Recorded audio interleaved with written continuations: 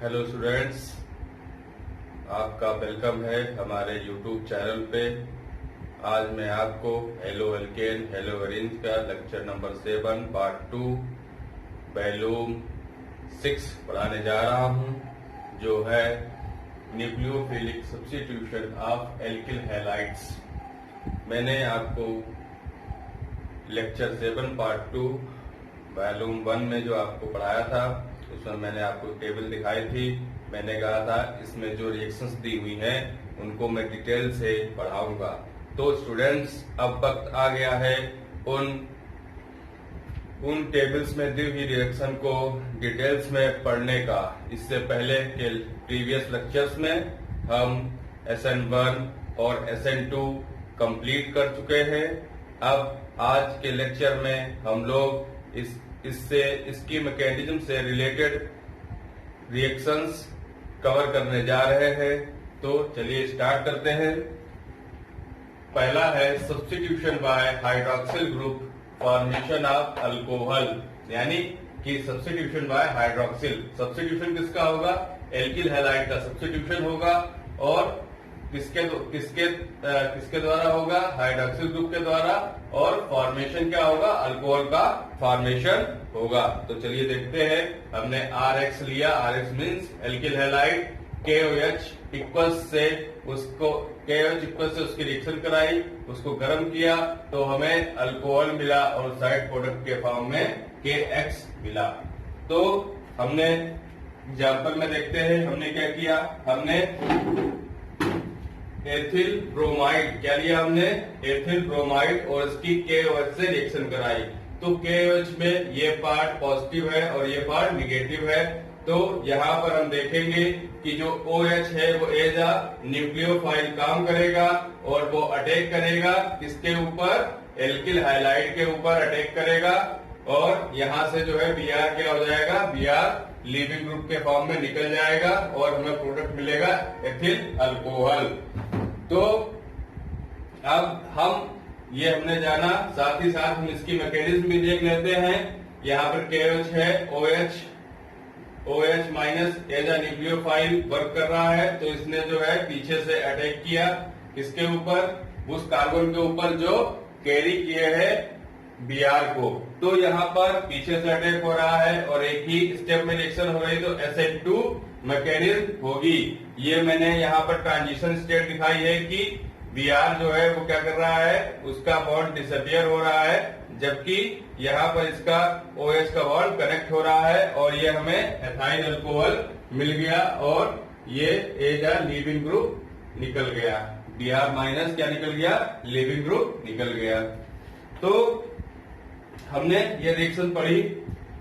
यहाँ पर हमने KOH का यूज किया। यहाँ पर हम NaOH का भी यूज कर सकते हैं, NaOH का भी यूज कर सकते हैं। Na प्लस में आएगा और OH माइनस के फॉर्म में आएगा। इसी तरीके से हम यहाँ पर AgOH का भी यूज कर सकते हैं, जिसमें Ag प्लस और OH माइनस, यानी OH किसके फॉर्म में जाएगा?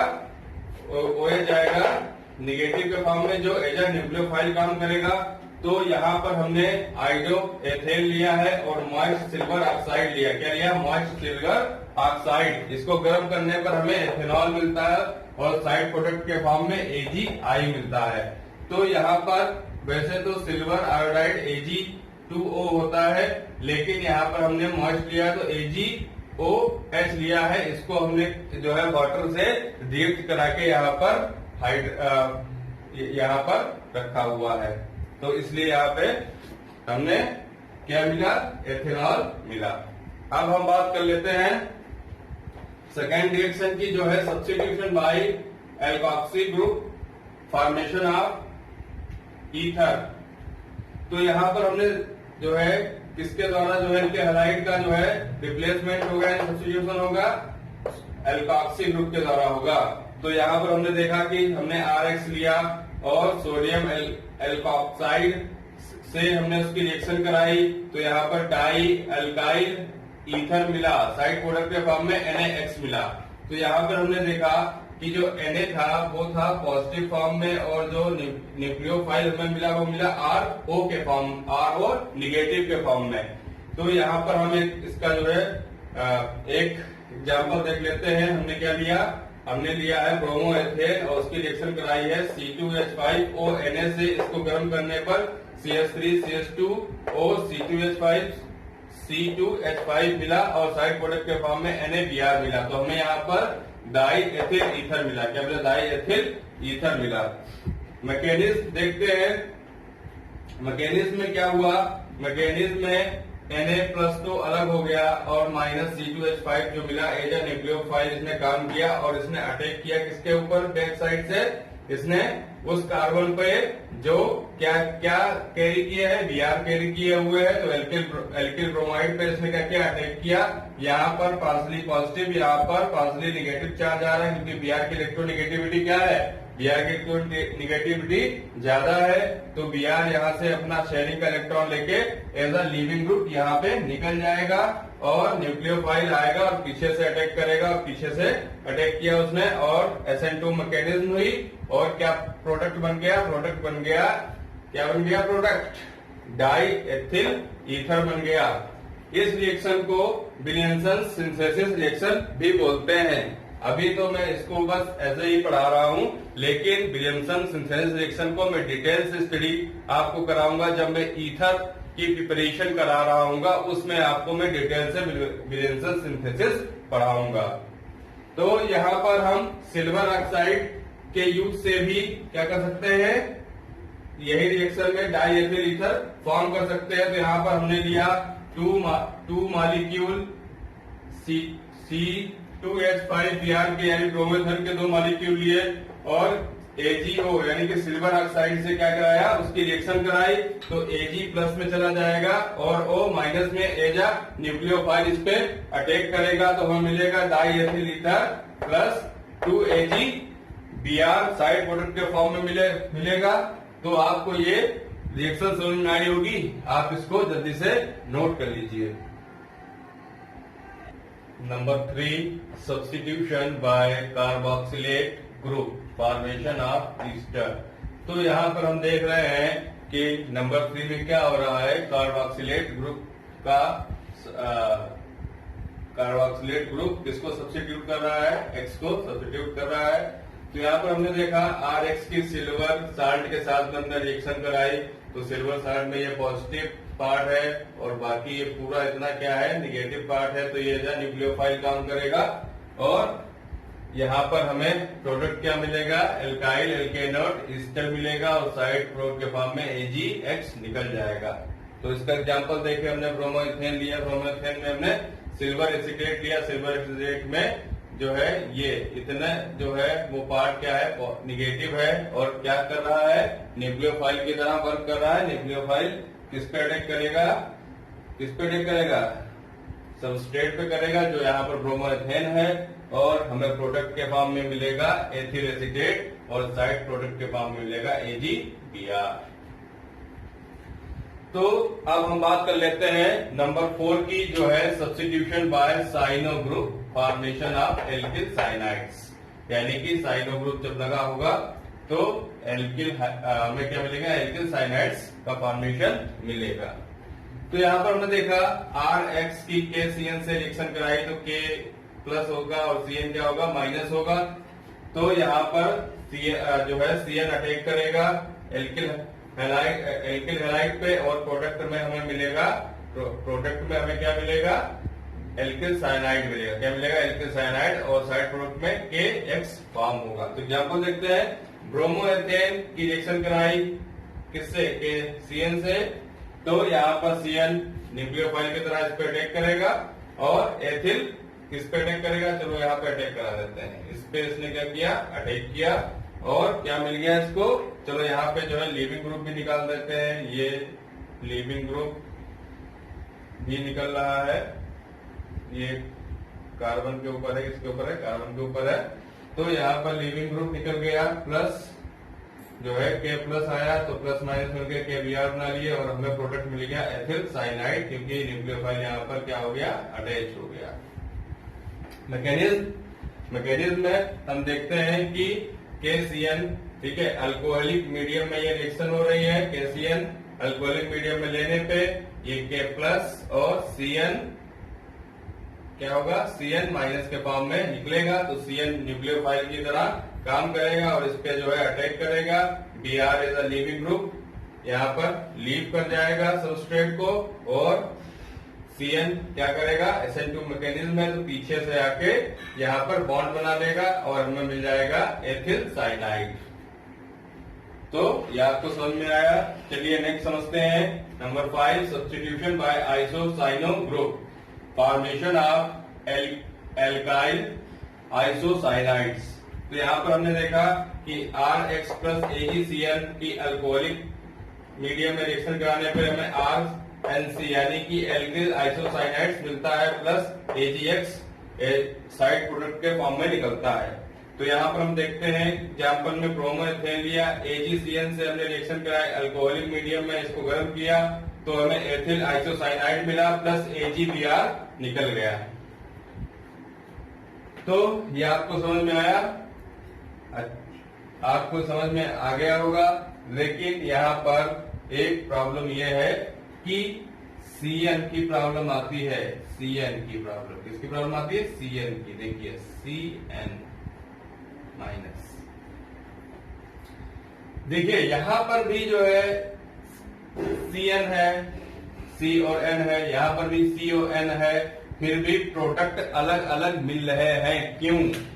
ठीक है, फिर भी प्रोडक्ट अलग अलग मिल रहे हैं, क्यों? ये दोनों रिएक्शंस इंपॉर्टेंट है, ध्यान से देखिए। दोनों में क्या है, C और N है और दोनों में प्रोडक्ट अलग अलग मिल रहे हैं। ऐसा क्यों है, पहले तो आप इसको नोट कर लीजिए, फिर मैं आपको तुरंत बताता हूं कि ऐसा क्यों है। मैंने आपको ये दो रिएक्शंस बताई थी, इसमें मैंने ये बताया कि हम जो है KCN लेते हैं तब प्रोडक्ट क्या बनता है, एथिल साइनाइड बनता है, और जब AgCN लेते हैं तो एथिल आइसोसाइनाइड बनता है।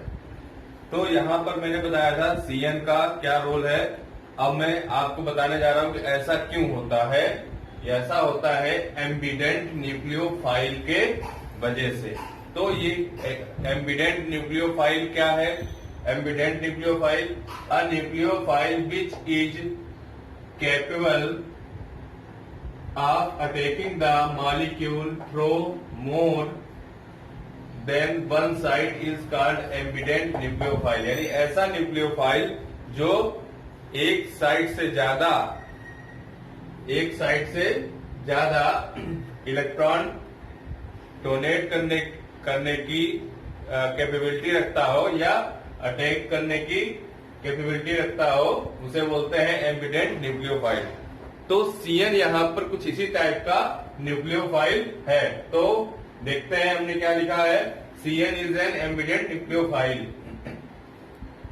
तो यहाँ पर रेजोनेटिंग स्ट्रक्चर ऑफ CN देखते हैं। इसमें देखिए क्या है CN का, यहाँ पर CN की यहाँ पे ट्रिपल बॉन्ड है और यहाँ पर दो लोन पेयर है, और यहाँ पर जो है कार्बन के ऊपर माइनस है और नाइट्रोजन के ऊपर एक लोन पेयर है। तो हम जानते हैं कि कार्बन के पास कितने इलेक्ट्रॉन होते हैं, कार्बन के लास्ट शेल में कितने इलेक्ट्रॉन होते हैं,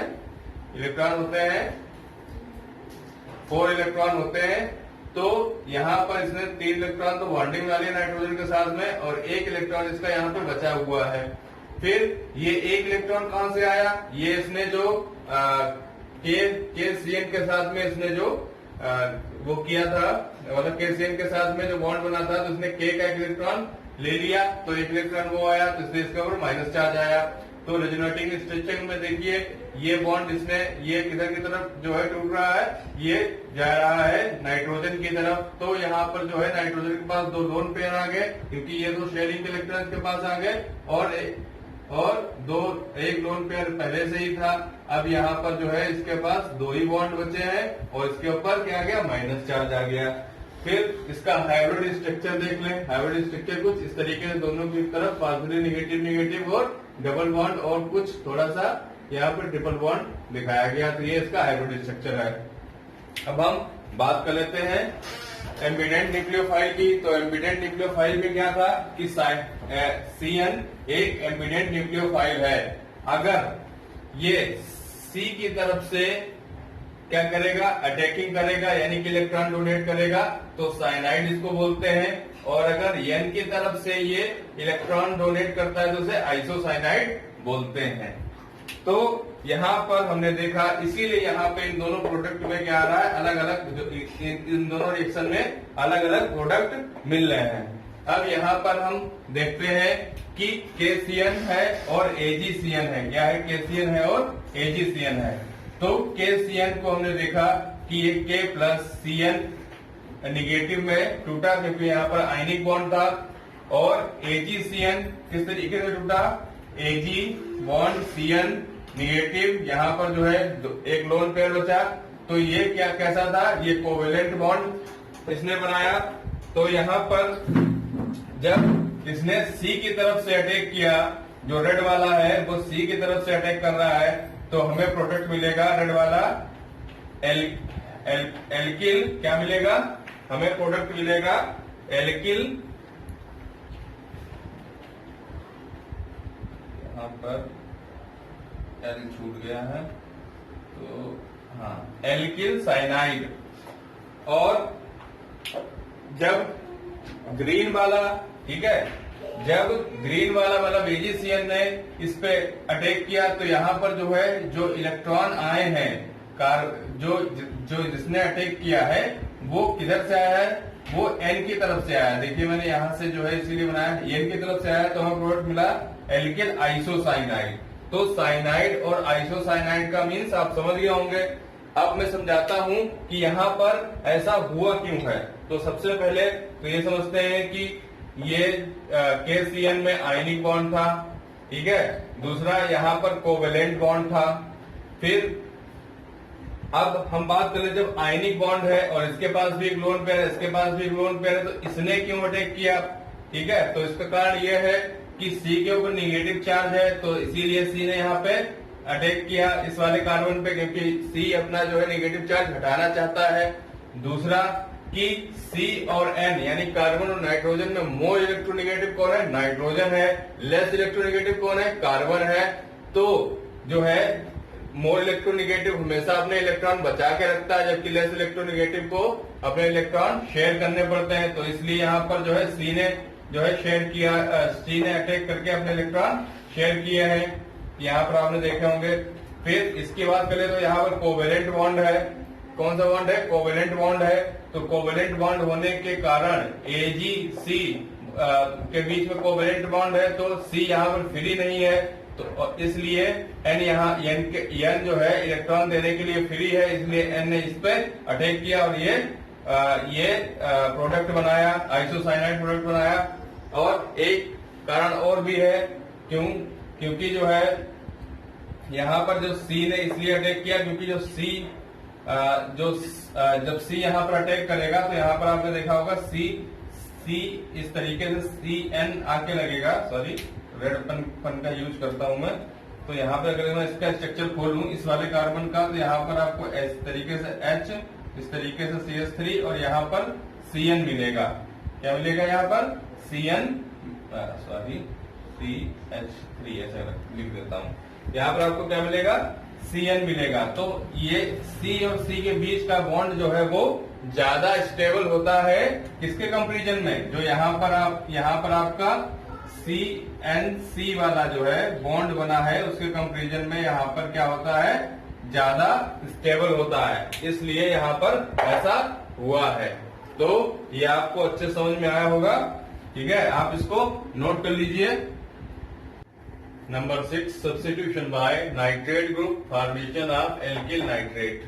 तो यहाँ पर RX है, यहाँ पर हम नाइट्रेट ग्रुप लेंगे KNO2, तो K जो है वो प्लस फॉर्म में और NO2 किस फॉर्म में रहेगा, न्यूक्लियोफाइल फॉर्म में। यही अटैक करेगा। अटैक करने के बाद यहाँ पर क्या बनेगा, एल्किल नाइट्रेट्स बनेगा और KN बाहर निकल जाएगा। तो सॉरी, यहाँ पर जो है KX बाहर निकलेगा। क्या निकलेगा बाहर, KX बाहर निकलेगा। और यहाँ पर हम एग्जाम्पल देख लेते हैं। एथिल क्लोराइड लिया हमने और इसकी जो है KNO2 से रिएक्शन कराई, तो यहाँ पर इसने जो है एज अ न्यूक्लियोफाइल इसको अटैक किया और यहाँ पर एथिल नाइट्रेट हमको मिला, KCl बाय प्रोडक्ट के फॉर्म में निकला। फिर नंबर 7 जल्दी से देख लेते हैं। Substitution by nitro group, formation of nitro alkanes. तो यहाँ पे RH हमने क्या लिया, C2H5Br, AgNO2 लिया, उसको जो है हीट किया तो हमें क्या मिला, हमें नाइट्रो अल्केन्स मिली। फिर यहाँ पर हमने जो है AgNO2 लिया तो Ag प्लस फॉर्म में और ये माइनस फॉर्म में, यानी कि ये क्या करेगा, अटैक करेगा और यहाँ पर नाइट्रो एथेन बन जाएगी और AgBr बाहर निकल जाएगा सब्स्टिट्यूशन फॉर्म में। फिर substitution by amino group, formation of amines. तो यहाँ पर हमने क्या किया, CH2H5Br 3 बार लिया और जो है अलग अलग जो है अमीनो ग्रुप से रिएक्शन कराई। यहाँ पर एक बार हमने क्या लिया, NH3 लिया तो H मैंने इधर लिख दिया, एक बार यहाँ पर NH2C2H5 लिया, H इधर लिख दिया। फिर यहाँ पर मैंने क्या लिया, NC2H5 ट्वाइस और H को मैंने बाहर रखा है। तो यहाँ पर मैंने क्या दिखाया है कि HBr निकल गया, ठीक है, क्योंकि प्लस फॉर्म में जाएगा तो HBr बाहर निकल रहा है और ये बचा न्यूक्लियोफाइल, ये न्यूक्लियोफाइल बचा। तो यहाँ पर ये क्या करेगा, ये इस पे अटैक करेगा C वाले पे जो Br कैरी किए हुए है और यहाँ पर हमें, और इसको ये जो है अल्कोहलिक मीडियम में यानी कि एथेनॉल के मीडियम में जो है रिएक्शन हो रही है, उसको हीट करने पर हमें क्या मिला, 1 डिग्री एमीन, 2 डिग्री एमीन और 3 डिग्री एमीन, और सब में HBr बाहर निकल गया है। तो यहाँ तक आपको समझ में आया होगा। ये लेक्चर यहाँ पे कंप्लीट होता है। अब मुझे आशा है और मुझे आई होप कि आप ये लेक्चर पसंद आया होगा और आप इसको अधिक से अधिक लाइक कीजिए। तब तक के लिए आप नया वीडियो आए, तब तक के लिए आप लोगों को गुड बाय।